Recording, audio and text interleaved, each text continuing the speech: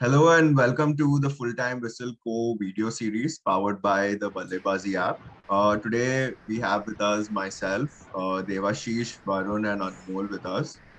So gentlemen, today we're going to be discussing all things transfer window. I've picked out 10 of the biggest transfers for us to go through, followed by a couple of players whose future is a bit more up in the air. We'll think of which clubs they're linked to and who they can go to. And finally, we'll give a quick analysis of our own clubs and the business that they're doing. So to kick things off, let's dive right in with the biggest transfer of the window so far, Erling Haaland going to Manchester City for about 60 million pounds. So guys, what do you think about it? Let's start with you, Anmol. Well, there couldn't have been a better start to this podcast by just addressing the elephant in the room. I mean, Erling Haaland has been one of the biggest transfers this season. It was, all but certain that Man City was gonna swoop in down on him as soon as they had an opportunity. And the negotiations they did not, also last that pretty long. So Mhm. the offers was really on the point, and the decision was made soon after. That just goes to show how much faith City has in the potential for Erling Haaland. And there is an interesting thing to it as well. Not many people would know, but Erling Haaland's father, Alfie Haaland, used Yeah, to play in City like 22 years back. So he is basically like, retracing his ancestral steps. And I think that Erling Haaland in City is gonna take a lethal combination to just another different level. exactly. Just like on the note of Haaland's father, if our viewers, if they don't know him, there was a really iconic moment that he was a part of.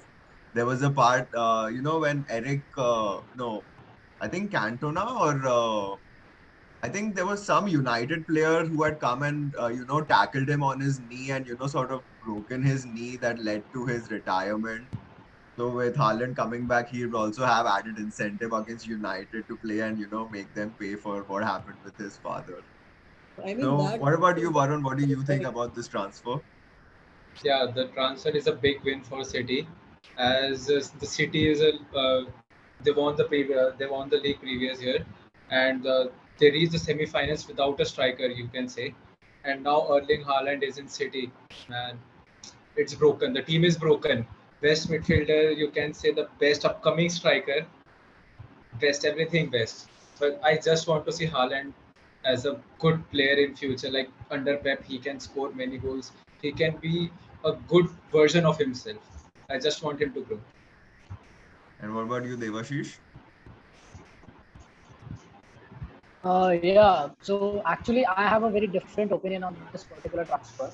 So Mhm. I think this transfer is going to be a massive flop, a massive flop. People have no idea how big a flop this is going to be. So of course, whenever I say this, people get shocked when I say this. So actually, whenever I see Erling Haaland, it reminds me of a younger version of Zlatan Ibrahimovic. And one thing that Pep Guardiola has never been good with is big egos. He has never been good with Zlatan, with Samuel Eto'o, with Yaya Toure, and there are multiple examples. Even with Sergio Aguero, he had so many problems, and finally, in at last, it went pretty good. But at start, there were so many issues between them, which people tend to forget at times.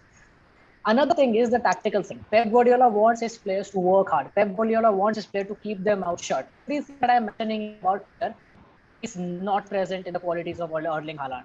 He is someone who wants to shout. He's someone who wants to argue. He will not drop deep. The one thing, every striker that Pep has had, any club, the striker drops deep. And even when Lewandowski was with Pep at Bayern, he used to drop deep, not as a false nine, but he used to link the play really well with the players around him. This is something Erling Haaland cannot do because his skill set doesn't allow him to do that. He's a very rash striker. He wants to run in behind. Another thing is the Bundesliga is a rubbish league when it comes to defending. Everyone can score goals in the Bundesliga because every team in Germany plays a high line. That's why Bayern Munich and Liverpool, German coaches are known for playing a high line. So when you're playing a high line, you can have a striker that can make runs in behind, run after run, run after run. But in Premier League, he will play against low block. He'll play against Fulham. He'll play against Newcastle. He'll play against Bournemouth. He'll play against physical defenders. I don't even know how he's going to deal with Louis Dunk and Dan Burn. They're just going to bully him to the ground because when he doesn't have space in behind, he gets very frustrated. And one very bad thing about him is when things are not going his way, he's very angry. When things start to go against him and when things start to go in a way that he doesn't like or he doesn't fancy, there is a lot of trouble with him. And he's a player who is very hard to manage. He's extremely hard to manage. And I think the ego clash will happen and this transfer, either Pep will leave the club or Erling Haaland, until and unless they're together, that is going to be a flop. So one of them has to leave the club for one of them to perform well with them. I Well, feel like, there's as another a aspect Liverpool here. fan, this is a bit of wishful thinking on your part. You pray that, this No, fails because so otherwise, you think, all of the no, hard work that just a minute. Liverpool has done, Who Klopp here, has who all done. here thinks that I'm a Liverpool fan, by the way? Who thinks? You're not a Liverpool fan? I thought I'm not at all a Liverpool fan. I don't care about them. Oh, wait, which club do you support? I'm so sorry. He Which club? supports I the Indian actually, football. I actually support no club. I just support the Indian football team. I watch everyone, but I support just one team. I don't support any club. I don't care about any club. Oh, that's great. Okay. Right, but But I feel like, adding on to it, Devashish, adding on to it, there's just one little point here. I mean, you said that he'll be facing against a better defense than what he is, able to face in Germany. But again, we must remember that Erling Haaland's physical stature allows him to have a greater aerial presence when it comes to duels and when it comes to making a space into it. So I think he can shine in that aspect. and also, when you speak about his record in the Bundesliga, you also see his record in the Champions League phenomenal. And, you may say that, the Bundesliga has terrible defenses, but you can't say that about the Champions League. And he's proven, himself to be up to it. Even, even during his days at Salzburg, he was absolutely killing it. So I think, well, it could be possible. We've seen, even Lukaku come in and it was an absolute flop. But, So with that City, is actually another very good point. I'm sorry to interrupt, but actually that is another very good point with Lukaku. Actually, you can see what teams are doing nowadays. Player power is bigger than manager power. So I am doing my coaching badges. I'm gonna be a future coach. One thing I hate is when players have attitude. When players want manager to do something their way, that is something I hate. I'm just gonna throw that player out of my club at that moment right there. I don't want these kind of players. What I say, you have to do it. So the point here I'm trying to make is when Chelsea won the Champions League, they won it with a false nine. They changed their entire system to accommodate one player, and then that one player said, "I want to leave the club." And now because of that, the whole dressing room is shattered. Man City, who are doing very well with a false nine, who are scoring goals with false nine, who are doing everything right, they're now going to change their whole system. Their pressing will need to change because Erling Haaland will not have as much as work rate as the other players. The pressing system will change. The counter pressing system will change. Their passing ways will change. And the point you made about Dortmund is we forget that he used to score a lot of goals for Dortmund. But in Germany, everyone concedes goals. So many games in Bundesliga are like 4-3. Dortmund are scoring 5. Their opponent is scoring 3. And I'm like, what the hell is going on? Is this basketball or something? Like attack, no defending, no maturity. Man City, happens is that's every goal Erling Haaland has scored, 90% or 80% of his goals have come when there is so much space. He can run into the space, he can push people around. But when there are two banks of four, so let's say a team in the Premier League, so many Premier League team play a back five or a 4-4-2. So when he's around five players, and Premier League defenders are very physical, extremely physical, very good in the air. So I'm not really sure. I'm not even sure if he's going to score 15 goals. I don't think he will score 15 goals in the Premier League. I think he's going we're to be a flop definitely because going to clip this up. We're going to clip this up for, sure, man, I would love to. then I when would he's love. gonna have sit with his golden boot. Because, personally, I'm pretty confident about this deal. Looking at, City's transfer record, in the past 3-4 years, they've rarely flopped with any signing. I feel like, at least in the past few years, maybe RK you can say wasn't great, but I think you need a squad that's, well built. Every position you need at least two players to compete on all fronts. And I think they put in so much money to get him, and I feel like Pep completely controls everything at the club. So if he really wants this player, I'm sure he has a plan. So So moving my on, up next prediction we is have just one. So yeah, just yeah, one okay, last go thing. ahead. My last prediction will be until the moment Pep and Erling Haaland are together, they're gonna fight. The dressing room is going to get shattered. There will be awkward press conferences, toxic atmosphere, substitution fights. So many things are going to happen. He is not going to score goals. One of them will leave the club. If Pep leaves the club, Erling Haaland might be a successful signing, or Pep will say, you know what, let him go. But I think Man City, what will David do is they are getting, so these transfer which happen nowadays, now the Mbappe, he got so much money to stay at PSG, and my friends were asking me, Yeah. Robert, why doesn't he care about money? The point is, clubs nowadays don't think from a footballing perspective, they think from a business perspective. Pep being at the club is not going to bring more revenue than Haaland being at the club. So the owner of Man City does not care what Pep does to the club because he's already been there for more than 5 years. So he'll say, yeah, Pep, you can leave because Erling Haaland is going to bring the sponsorship deals in, the Nike, the Adidas, all the stuff he's going to bring in, which is even more worthy, even more lucrative than even if we win the Champions League. So the owners care about money. That's why they care about Haaland. And No, that's where but I don't think you Pep think will the differ with them money and will he might. come only when Pep coaches the team well enough to win the Champions League? I mean, sure, you can have big name players, but for a club to grow, you need the team to be successful, and Pep is the reason for City's continued, unprecedented success even in the past few years. It could I be a mean, good signing. It could be a good. sorry Okay. to interrupt Devashish, but I think that on this particular point, also, I would really agree with Devashish on the business perspective. The thing Hmm. is that even when you look at the transfer of Messi to PSG, which happened some time back, he hasn't performed well. We can all say that, right? But he Hmm. has been, the poster boy for PSG just because the millions he could rake in by his merchandise that would have the PSG branding onto it. So I would really agree with Devashish here that at certain times it's really not about the kind of player that you are signing, the way he's gonna perform, because they already had Mbappe here, right?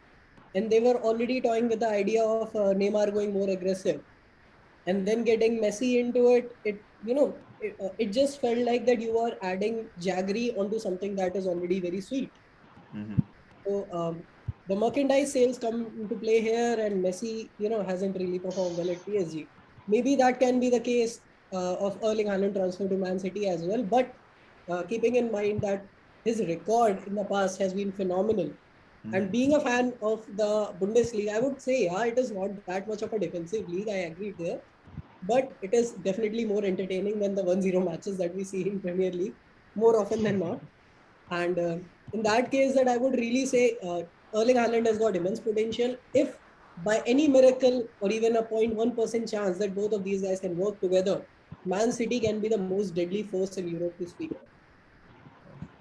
Perfect. Now let's move on to arguably the signing that's gonna be go head to head with Haaland. Let's come to Darwin Núñez to Liverpool. Guys, what do you think about this? Let's start with you, Varun. Every striker in the Liverpool is a major success, massive win. So Darwin Núñez, as we can see his past records, Hmm. Darwin Núñez has speed, has pace, has accuracy, has agility, balance, everything as a good striker. So yes, I'm seeing him as in a shoes of Suarez, basically in Yeah. shoes of Suarez. So yeah, I think he's the most competitor. He's the massive competitor of Haaland in Premier League. What do you think, Anmol? Man, I can, really not contradict this in this statement at all, because we have seen what sort of natural fit Darwin Nunes would be the kind of lineup that Liverpool plays.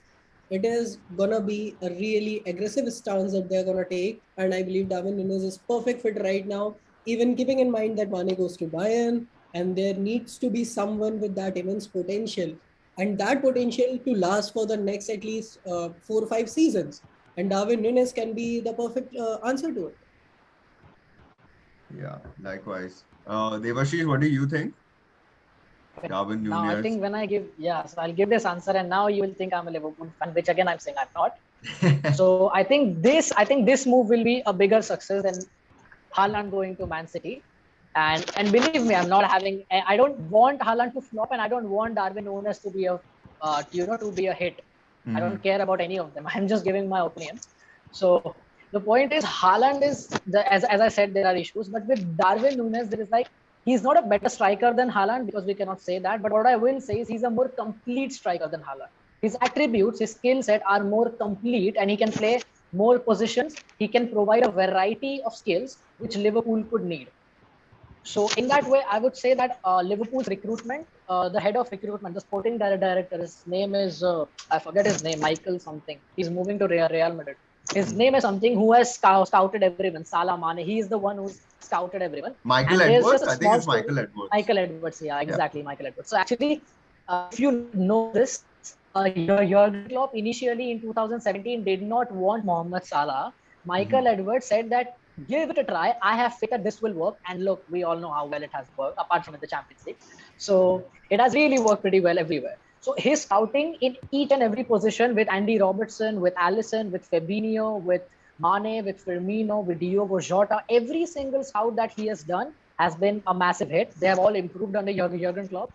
And Darwin Núñez has a great attitude. So one thing I have known a lot about Liverpool in the past few years is that when they sign a player, and this is quite similar to what Pep Guardiola does, when they sign a player, they don't just look at his statistics, the way he plays. They focus a lot on how he lives his life, because how a man lives his life gives an idea about his attitude and the way he will behave in a dressing room, which is very important for managers like Klopp and Pep Guardiola for the dressing room harmony, for a good atmosphere. So Darwin Núñez is another very religious guy who doesn't care about the fantasy life. He's not very active on social media. He does not care about business and stuff. What he cares about, he's a young guy, and it's a dream for any young player to play under Jurgen Klopp. He will be eager to do that. And Klopp always works very well with young players like Mario Götze, Sadio Mane, I think Robert Lewandowski. There are multiple examples. And Darwin Núñez is very similar in skill set to Robert Lewandowski. One thing he's different slightly to Lewandowski. He's got a slightly more pace. So he's a bit more fast, which allows him to drift wide and pull defenders away. So what Darwin Núñez gives you, which Erling Haaland does not, is an ability to play against low blocks. He can bounce balls off him. You can put the ball up and it can bounce off him. It's very hard to do with Erling Haaland. So overall, I think in the long term, Darwin Núñez will stay at Liverpool for much longer than Haaland will. I think Haaland will move to Madrid in a flash. Darwin Núñez will stay at Liverpool for a long time. They have a very good system, they have a very good structure. He will improve very well under Jurgen Klopp, and this, in the longer term, will be a much more successful signing than Erling Haaland. Not just by the number of goals, but by what he brings to the club in terms of other skill set. Because nowadays strikers are not just meant to score goals; they're meant to link the game. They're meant to create space. They're meant to do so many things. And goals are just now a part of being a good striker, not everything which makes you a good striker. I think this will really be a good deal in the long term.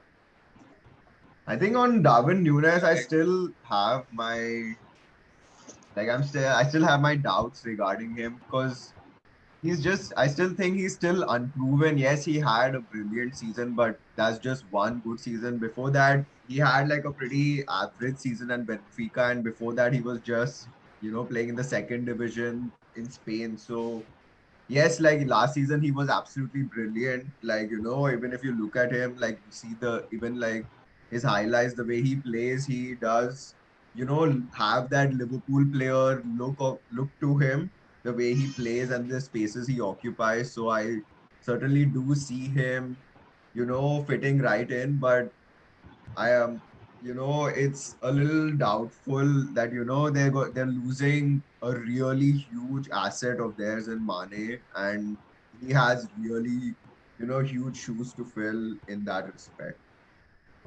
Yeah, so actually what is happening, just adding on to that, what is happening at Liverpool is there is coming a wave of transition. And that wave of transition, we all will witness a change in system. So this 4-3-3 will go away. Like, believe me, at 6th August, when Liverpool play their first Premier League game, we are not going to see a 4-3-3. I'm quite confident about it. It's going to be a 4-2-3-1.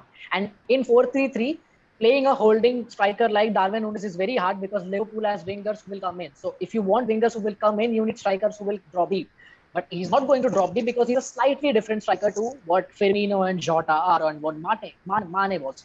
What is going to happen is a 4-2-3-1 is going to be played at Liverpool next season. He will be the sole striker up front.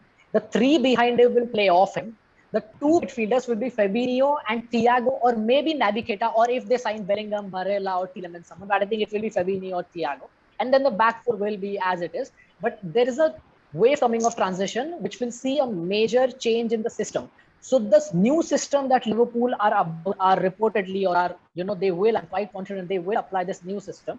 In that system, Darwin Núñez's skill set works perfectly. He can hold the ball up, he can run in behind, he can drift wide and create space for the wingers to come in. So there is, and another thing why I think this will be a hit, because I don't remember last time Liverpool got a transfer wrong under Jurgen Klopp at least. I don't remember. I think Christian Benteke was the last one which they seriously got wrong. They paid 30 million Minamino, for Christian. Keita has been pretty average, I'm not Yeah, Keita really. has been average, but he's not a bad squad player to have. So overall, I think it has been fine. The only mistake they have made, I think, is they're not bringing in a midfielder, which is a massive problem. Mhm. I think Okay. this overall, I think this is why. So there are tactical reasons why I think it will work. There are personality reasons which are really huge. I, being a coach and a scout, I really know how much personality affects because that's because they both are very young players. So young players Mhm. need to have an open mind. They need to understand there are things they need to learn.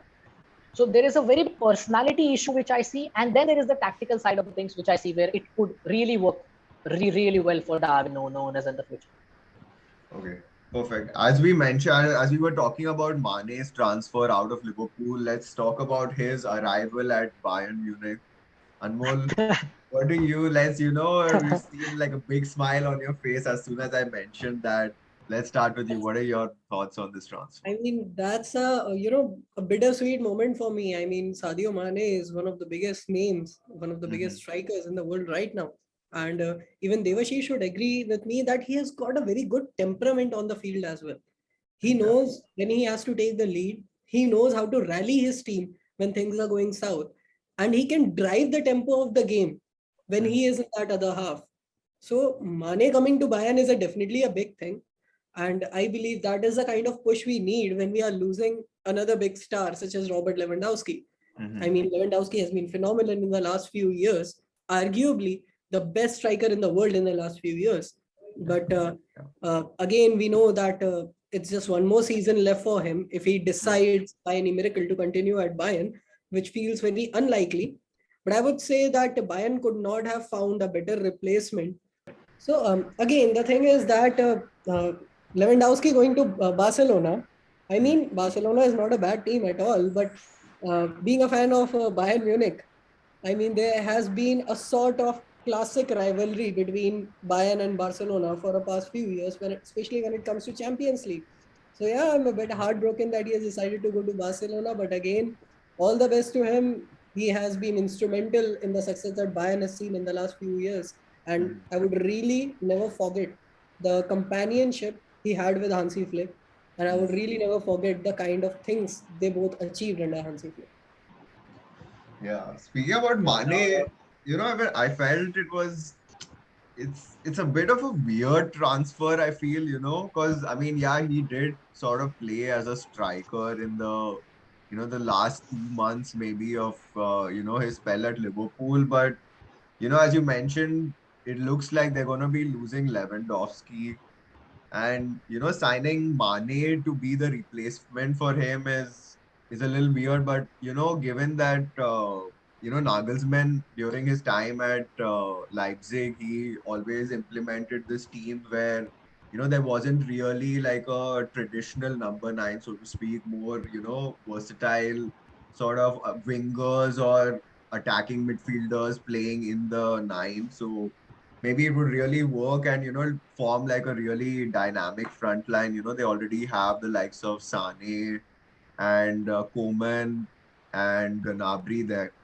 So it'll be interesting, but not the player I would have thought they would have gone for, considering that they're losing the best striker in the world. So the thing is that I mean there is one thing that people often overlook about Bayern. I might be wrong here. It is just my humble opinion as a fan. Devashish can be more tactical about the understanding here. But Hmm. I have never seen Bayern rely on one particular player for achieving any of its goals. I Hmm. mean, it has always been, even when the main players are out, replacements like Choupo-Moting can come in and seal the deal for us. Yeah. So, in that kind of play, in that kind of mindset, I think Mane fits in really well. We have got players like Kimmich, we have got Muller, and we have got other players on the flank banking him like Leroy Sané for that matter. Hmm. Nabry is another concern for us right Yeah. now because the negotiations are going on, but still, as of now, he is here. So he will get ample support. I believe our midfield is strong, experienced, and Hmm. filled with natural leaders. I mean, Thomas Muller has been proven under countless circumstances, even when people said that he is burned out, he is over. Hmm. Kemek, he is the future of German football. So Exactly. he Yeah. is getting support from the best, and the kind of play that Bayern has, that if you mark one player that this is gonna score, another one would just come out of the slavers and throw you out of the game right away. So that kind of formation really works well with Mane in the picture. What would you say, Devashish? So when you said that Germany, Bayern Munich don't rely on any one player, this is actually something that I've been saying for so many years, and not just about Bayern Munich, but about German football. If you see the philosophy of German football, even when they won the World Cup, they did not have a star player. Like, of course, Mario Götze scored that goal. That's why everyone was like, Götze is the star, but he wasn't. Like, he came off the bench in that match. So, like, Right. uh, German football specialty is that they don't have this one man, build everything around one man. And that's why even when you look at German coaches around Europe, every single team that is being coached by a German coach, they are not a one man team. And as soon as Thomas Tuchel's Chelsea team became a one man team, it all went down. And every time a German coach has been successful, they have been successful without that philosophy of this is the best guy, give him the ball, wash his shoes, wash his jerseys. No, nothing like that. It's all a very teamwork, and that is the philosophy of German football, which is being a unit, being a very strong group of people and supporting each other, fighting for each other, and that is one of the biggest reasons why I am a huge admirer of German football. I'm not a huge admirer of Bundesliga, but I'm a huge fan of German football philosophy, and I read a lot about German football and stuff. So that is one of the things that you said very right. It's a very interesting thing that Germany do, and I don't know how they do it, but they just get it right every single year. And again, I mean, when you look at Robert Lewandowski for that matter, even Neuer for that matter, before coming to Bayern Munich, they were potential great players, but they had really not hit their peak.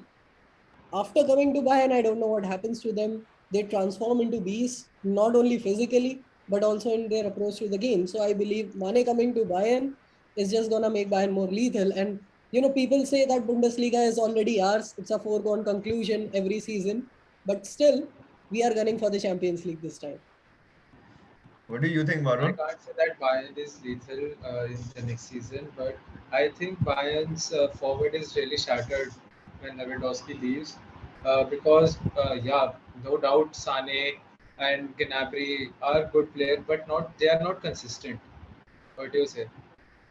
Exactly. I completely agree with Varun. That was while you said that, it's great to have a philosophy where, you have everyone contributing, but you can't deny the fact that Robert Lewandowski is the reason that Bayern has been so dominant, at least in the last Yeah, 4 5 years. If you have a player who's scoring 50 60 goals every season, there's no way you can tell me that this is like a team thing and everyone is contributing. Yes, Koeman and Gnabry and Sane, they score whatever their 15 20 goals, but you're losing a player who's a guaranteed going to score you 40 50 goals a season. So exactly.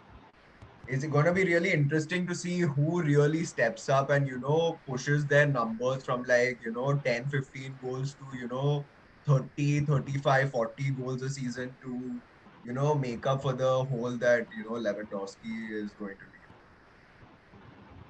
Okay, moving on, let's speak about Real Madrid, their biggest signing of the summer. While it was supposed to be Mbappe, but now they've got Chouameni.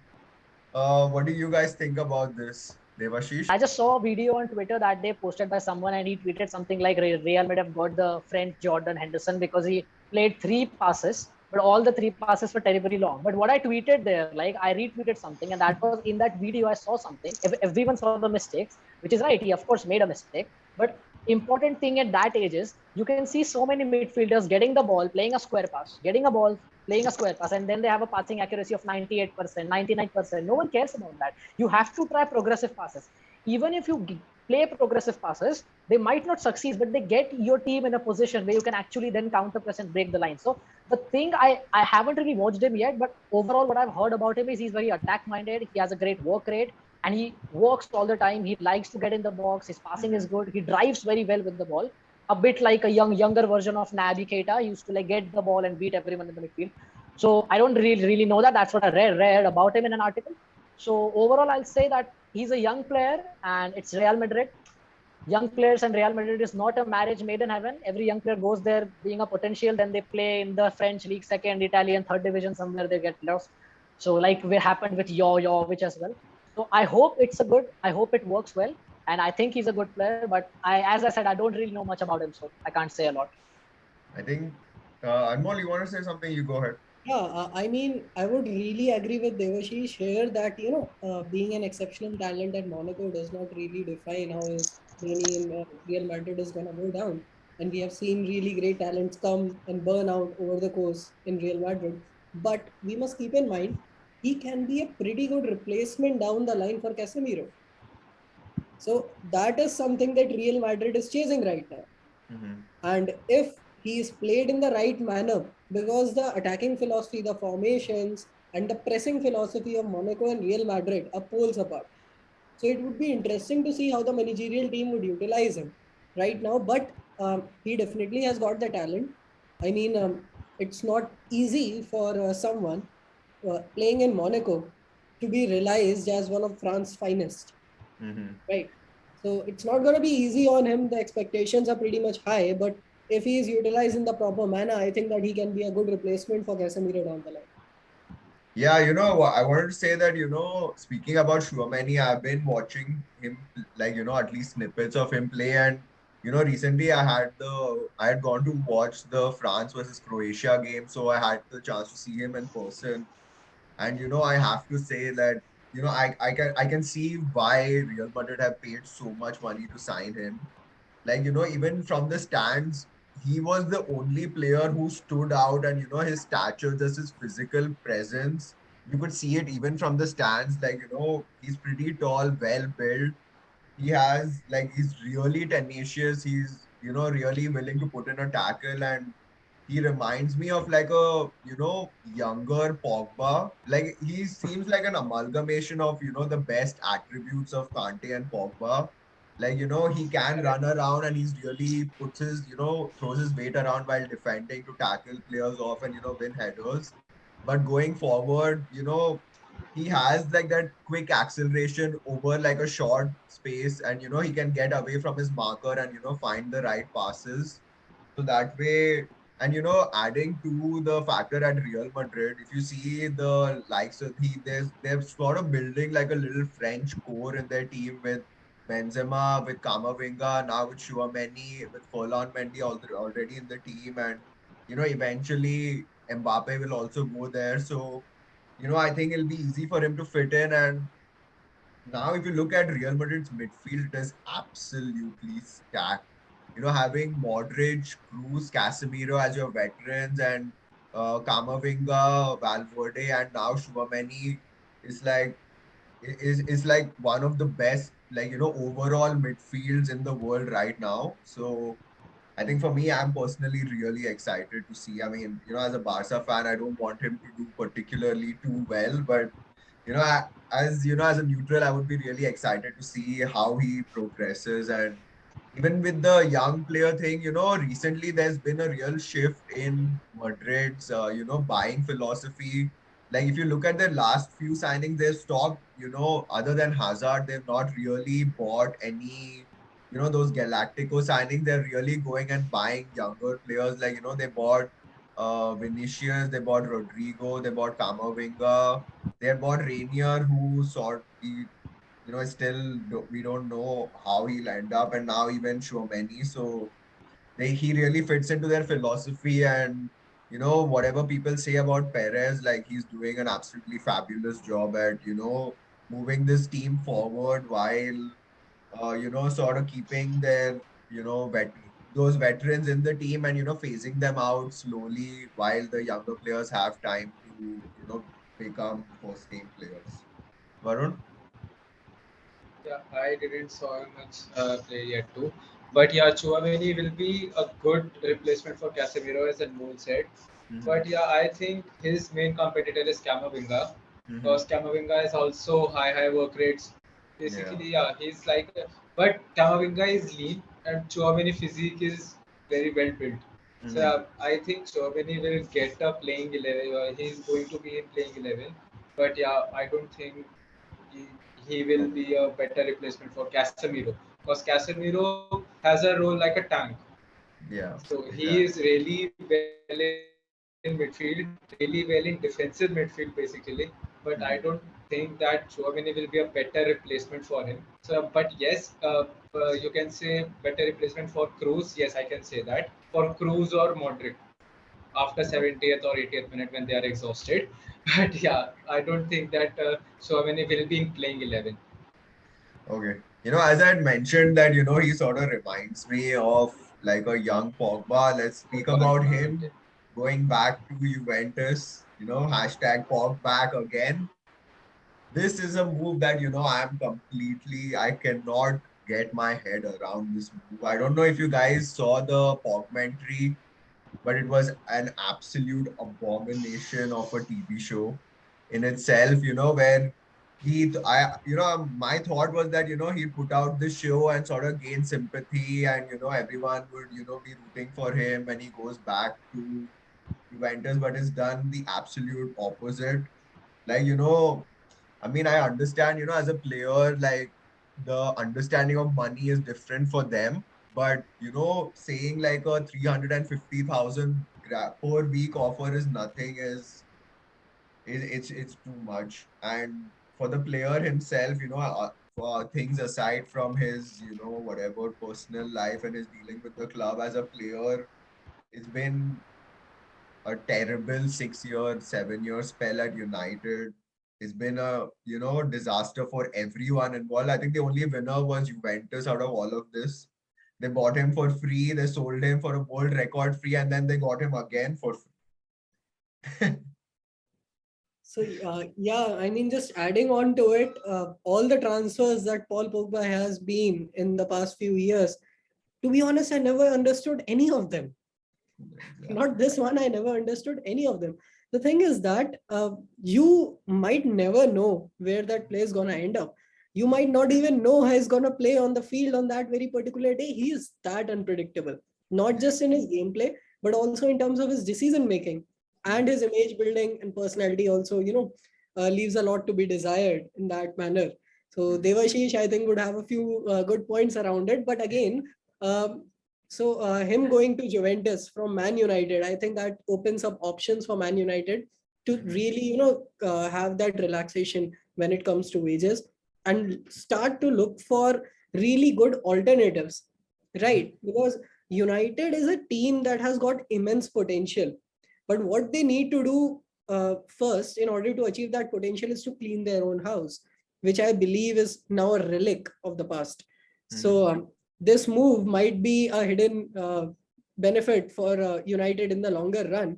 They must start to try some alternates. But him going to Juventus and believing that his past form can be recovered and his Juventus form can come into play again, he can really help Rabiot in the field for Juventus.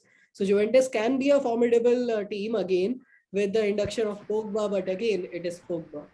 I think I would end it on that. It is Pogba. What do you think, Devashish?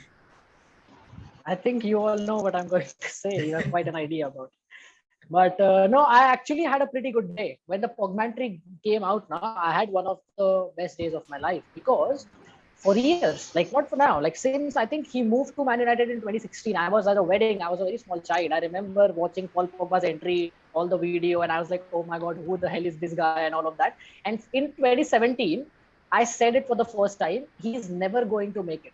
He's never ever going to be a regular. And at that time, I didn't have this all the knowledge, all the licenses, but I still had some sort of understanding about football. And I was a player that time, under 14, under 17 something. So I said that this guy is never going to be great. He's always going to be inconsistent. He's a player who is very good on his day. Then you remember that game where he scored 2 goals at the Etihad in 2 minutes? That's the Yeah. only thing I remember he has done in a United shirt. That's the only thing he has done. Like he's not done anything. He has scored 3 goals against Cardiff, 3 goals against Huddersfield, which I also have scored maybe, I think. So what happens is the problem with Pogba is that, as I said, the personality issues and all of that. But the reason I had a very good day when the documentary came out, I haven't watched it yet, and I hope I'll never watch it. But because I'm very bored in my hostel, I might do. So what is happening is, I said from a long time he's going to be a terrible player. Man United fans used to hate me. on Twitter, on everywhere where I used to tweet and stuff, they used to say you're wrong. Even my friends who are Man United fans, they know you're wrong. Pogba is world class. What do you know about football? You only play FIFA and all of that cliches they put at me. And I do play FIFA, and I never use Pogba in it. So what happens is, I had a pretty good day because when he in that documentary said that he asked, I think, for something like 350K a week, something like that, and they rejected, right? No, So they had he said offered that this is not enough and this is not 350,000, and he said, "What is this okay. nothing offer? If Yeah, they really want exactly. the player, they should Exactly. put the money on the table." And Exactly. So what happens is Man United fan then went mad on social media. So every Man United fan, even my friends used to tweet and say it on Instagram, on social media, we gave you everything, you gave us nothing. Bruno is a bigger legend than you. Darren Fletcher is better than you. All of these things came out. And on that day, I was sitting like a king. And I was like, I told you. I told you. So like there's personality issues. He cares about money. It's again, it was the move which I say, which clubs make not only because what they want on the field, but what they're getting in terms of revenue. When the Jose Mourinho Pogba fight happened, I remember talking to my brother about it. I remember making a video about it. I was a child at that time in 2019. I was in my 10th standard. And I said, Man United should choose Mourinho. Choose Mourinho, let Pogba go. Choose Mourinho, let Pogba go. And at that day, when the documentary came out, I remember a tweet by a Man United fan who said, what a big mistake it was to believe in Pogba and let Mourinho go. Everything I said 4 years ago about everything about Paul Pogba has now resulted in everything that I said was right. A terrible footballer, terrible personality, absolutely no role model for young players. If that kind of a player is in my academy or my club, he's out or I am out. So that's it. And the kind of burns that Devashish is delivering today, we would really need to have some disclaimers before the video. yeah, Varun, any last words on Pogba before we move on? Pogba, yeah, but he's a big flop. He was a big flop on United, but yeah, in Juventus he plays nice as we all saw what kind of goals he scored, how he scored. So I think yeah, he might score some goals or he might give his contribution to the game. But it's okay, average transfer. Okay. Mhm. I think Okay, adding so just one more thing to that is yeah. about Pogba is, and I say this about a lot of players. When people talk to me about players and they're like, he's very talented, he's very this, he's very that, he's very silky, he's very beautiful, and stuff. All of that is good. The one thing, as I said, I see more and more attributes. So I rather have a complete player, an effective player, than a beautiful player. So many players are very good to watch, but they're not actually effective. I want effective players, not beautiful players, and I want complete players instead of very silky players. What happens with Pogba is people actually overlook the importance of having great players around you. So every time whenever I used to say Pogba is not playing well, they used to go like, he doesn't have good players around him. If he had good players, he would play well. And I used to tell them, if I had good players around him, I would play well. If Kostu has good players around him, Kostu would play well. That is a very simple thing. If anyone has better people you're working with, you almost excel more at your task. That is not a very masterclass thing to say. What happens is, he is a guy who does not like to take a responsibility. So at Juventus, even if he did not play one match, it was all good because there Andrea Pirlo, that Carlos Tevez, Chiellini, Bonucci, the big boys were there, the leaders were there, the people, they were taking the responsibility. Max Allegri at that time was one of the best managers in the world. Even at France, if you see, he had N'Golo Conte around him. He had Varane behind him. He had Hugo Lloris, Antoine Griezmann, real players. And if he can, not want to track back or something, Matuidi and Conte used to track back all the time. And because of him, Didier Deschamps actually played defensive fullbacks, which is a very rare thing to see in the modern football. We don't see centre backs playing fullback, but Pavard and Hernandez played fullback because Pogba was in the midfield and they knew at any time he could just go and sit in the stand and watch the game himself. So what happens with Pogba is he does not like taking responsibility. He does not like being in a team that is struggling. And that to me is the last thing I want in a player, or I just don't want in a player. I want my player to be mature enough, to be responsible enough to handle his emotions, his anger in difficult situations and help his team because let's be honest, he is a senior player at Man United. So he runs away from responsibilities. And he was good at Juventus because of responsible players around him. And of course, if I am playing around Andrea Pirlo, I might be a better player as well. So that's not a very great thing to say about it. Okay. From one player, one midfielder who didn't really like taking a lot of responsibility, to another who had all the responsibility in Bielsa's team last season. Calvin Phillips is now a Manchester City player. Guys, what do you think about this? Uh, pretty average in my opinion. I mean, he's gonna contend with Rodri. We know how well Rodri is being playing. He has been really instrumental. So, in all honesty, I really don't see a rationale behind City going for Phillips. But again, there is a thing that they need to replace Fernandinho at some point, right? But Exactly. not really sure how much playing time that he's gonna get. Um, will he be just a substitute coming in the second half of the match, or being moved in and out by keeping in mind the importance of the match? But I still believe that the first season is not gonna be something where Phillips is gonna shine, because I really don't see a very clear strategy behind it. I think for me personally, I understand the rationale behind the transfer in the sense that, in City's midfield, if you look, Rodri is the only player who is currently, can occupy that defensive midfield role. And we saw last season when, he's tired, or, towards the end of the season where, you're playing games every couple of days, Rodri will not be able to play all of the games, and you need a player who can occupy that role in a way, but also provide something different into the team. Like, his physicality and his tackling ability is something that I really feel is lacking at City at the moment. There's no real, just lights out defensive midfielder who's just gonna sit there and break up play and pass the ball out to the players who can go and go further ahead and create games. And if you see last season, the only game where City really, were pushed to the limit was the game where they lost to Real Madrid. And the one glaring mistake that City made was that, where Fernandinho gets done for Vinicius's goal. And if you ask me if Calvin Phillips was in that position, would he have done better? I would say he probably would have. So if City spend 40 million to sign a player who can fill the little gap that's left in the squad that might push it to finally winning that Champions League, I feel like in the grand scheme of things, it's not really that big of a deal. And we've seen City sign, spend 40 million on players who are just going to be squad players in the past in Ake. And whatever people think about Ake, when he has played, he's been pretty decent. And, City don't really need him to play a lot of matches. But when City need him, he has to be present. We need a body there to, sort of be available for those games. So Devashish, what do you think? I think like Man City sign players even when they don't need to, which is why they win every season. But Phillips is like he's a good player. I watched him a lot at Leeds, and at a very young age he had so many responsibilities, playing for a boyhood club, and he used to do really well. And you remember the documentary? Leeds also had a documentary in Prime Yeah. Video with Bielsa, and it was all about that Phillips. I was shocked. I was actually confused if it's about Leeds or about Phillips, but it was actually about Leeds and Bielsa. So it was interesting, and I've seen a lot of games he plays. He's a very typical player. He's not as good as Declan Rice.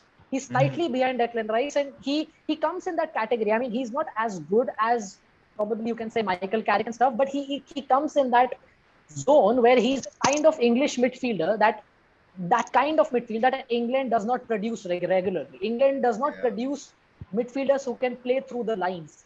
And Calvin Phillips can play through the line. Declan Rice is very good, but cannot play through the line. So many English midfielders over the year have been very good, but struggle to play through the line. And one thing you need to do in the Pep Guardiola midfield is play through the lines. Is having that verticality, constant verticality. So he has the skill set, the right amount of skill set, the right amount of energy, the right amount of everything to provide into the Man City team. And exactly as you said, Man City don't have a defensive midfielder. Like their best defensive midfielder is actually Bernardo Silva, who is a winger.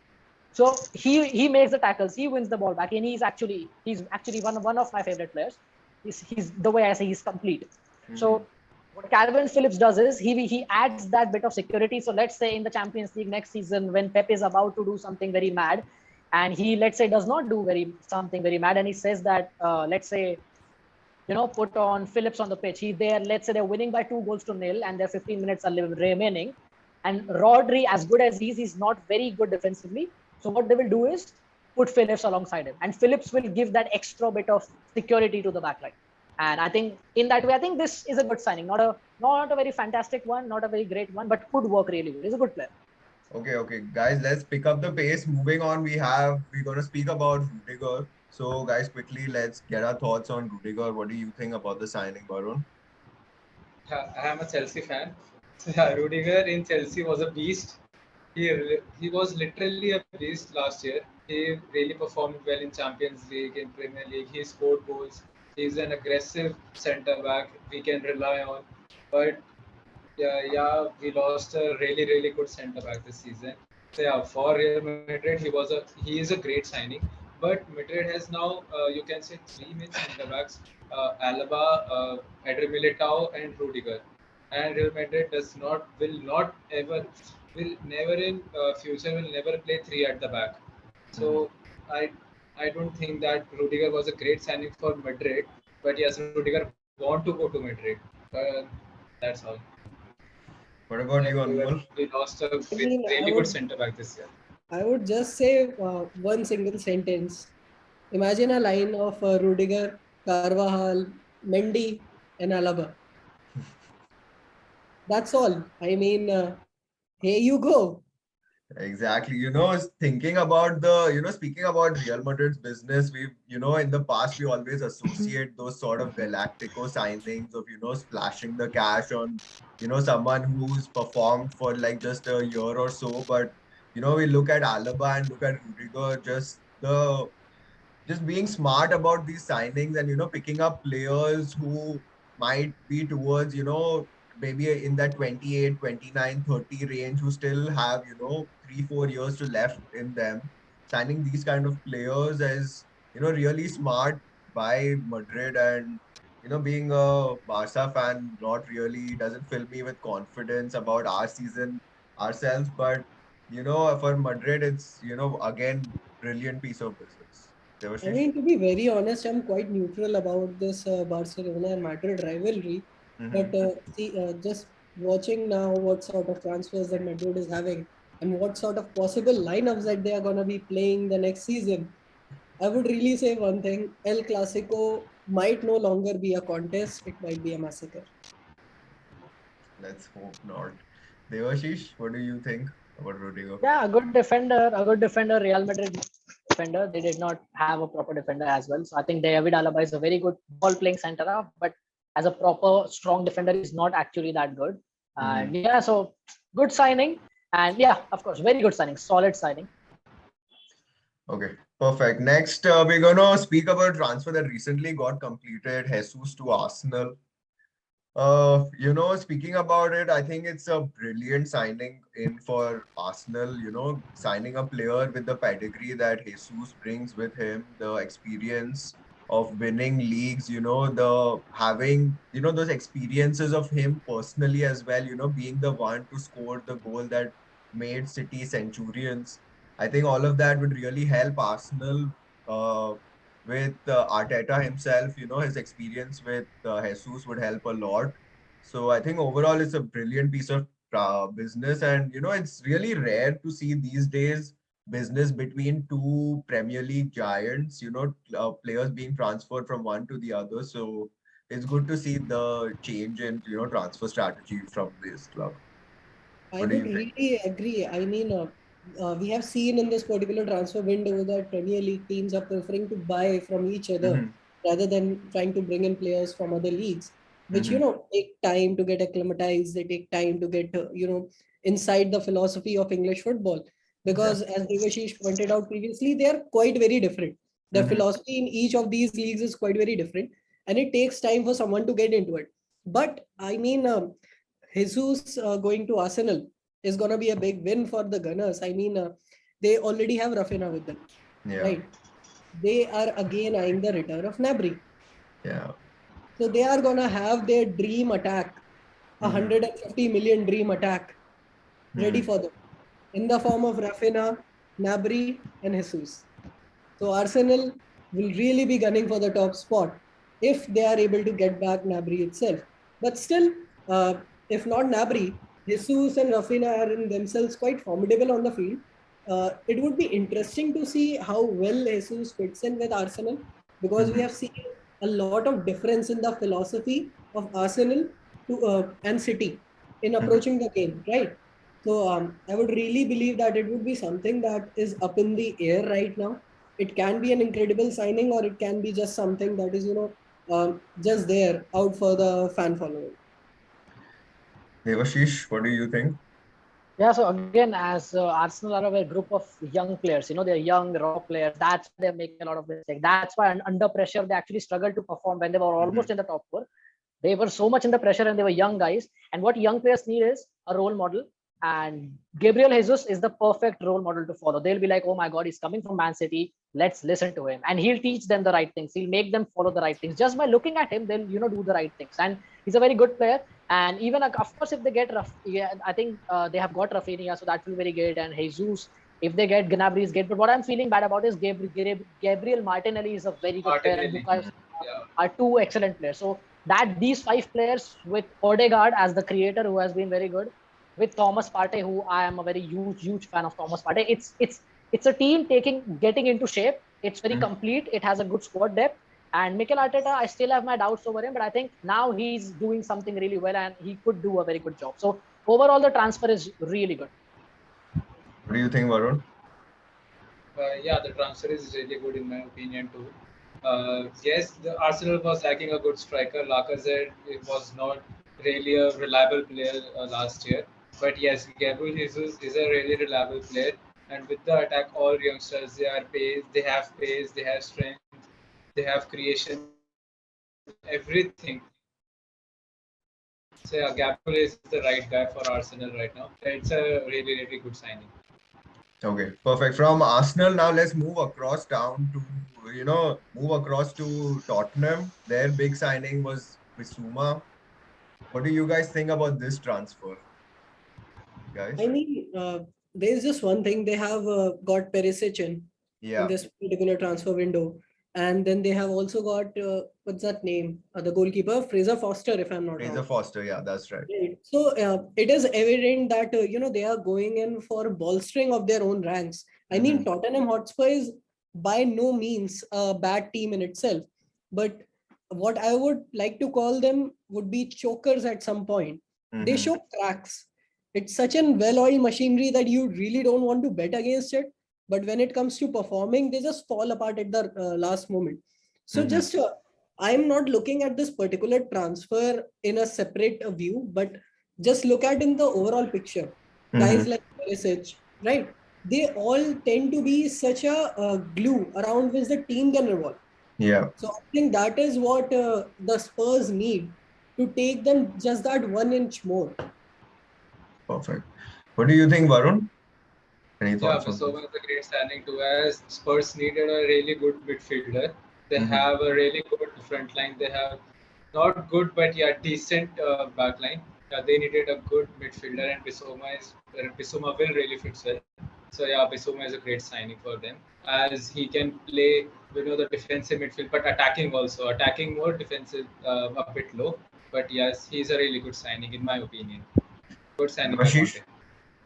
what do you think, Devashish? Yeah. So I'm actually a huge fan of actually Brighton and Hove Albion right now. They're one of my favorite teams to watch because of their manager. Their manager is excellent. He's one of the best young managers. So if everyone is looking at Nagelsmann and all the famous Mm-hmm. young names, but Graham Potter is actually very underrated. He's excellent football coach. Excellent. The changes he has made at Brighton, his eye for talent and his skills and then his management skills to improve young players is simply excellent. Like so many players as Brighton, the way they play, how good they are, and he's himself a very good young manager. He'll go on to do great things in the future. And I actually, because I watched a lot of Brighton, I actually watched a lot of Bissouma as well. And when Liverpool lost Wijnaldum, I said the only replacement, the perfect replacement is Bissouma. He's excellent. He's complete. He can play a 6, he can play a 8, and he can also play a 10.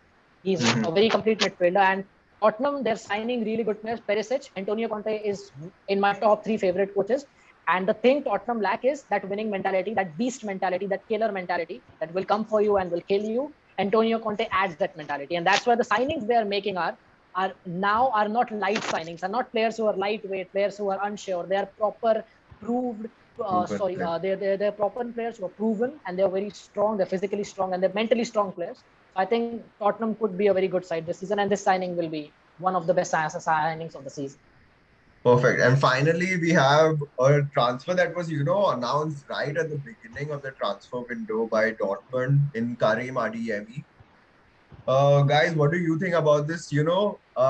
Personally, I feel, Dortmund have the potential to, give Bayern a good run for this title the next season. I know, we've thought this about Dortmund every year when they sign these young players, but with Bayern's own turmoil going on with such upheaval in the squad and even in the upper management and Dortmund really strengthening in the multiple positions with proven players as well as talented players.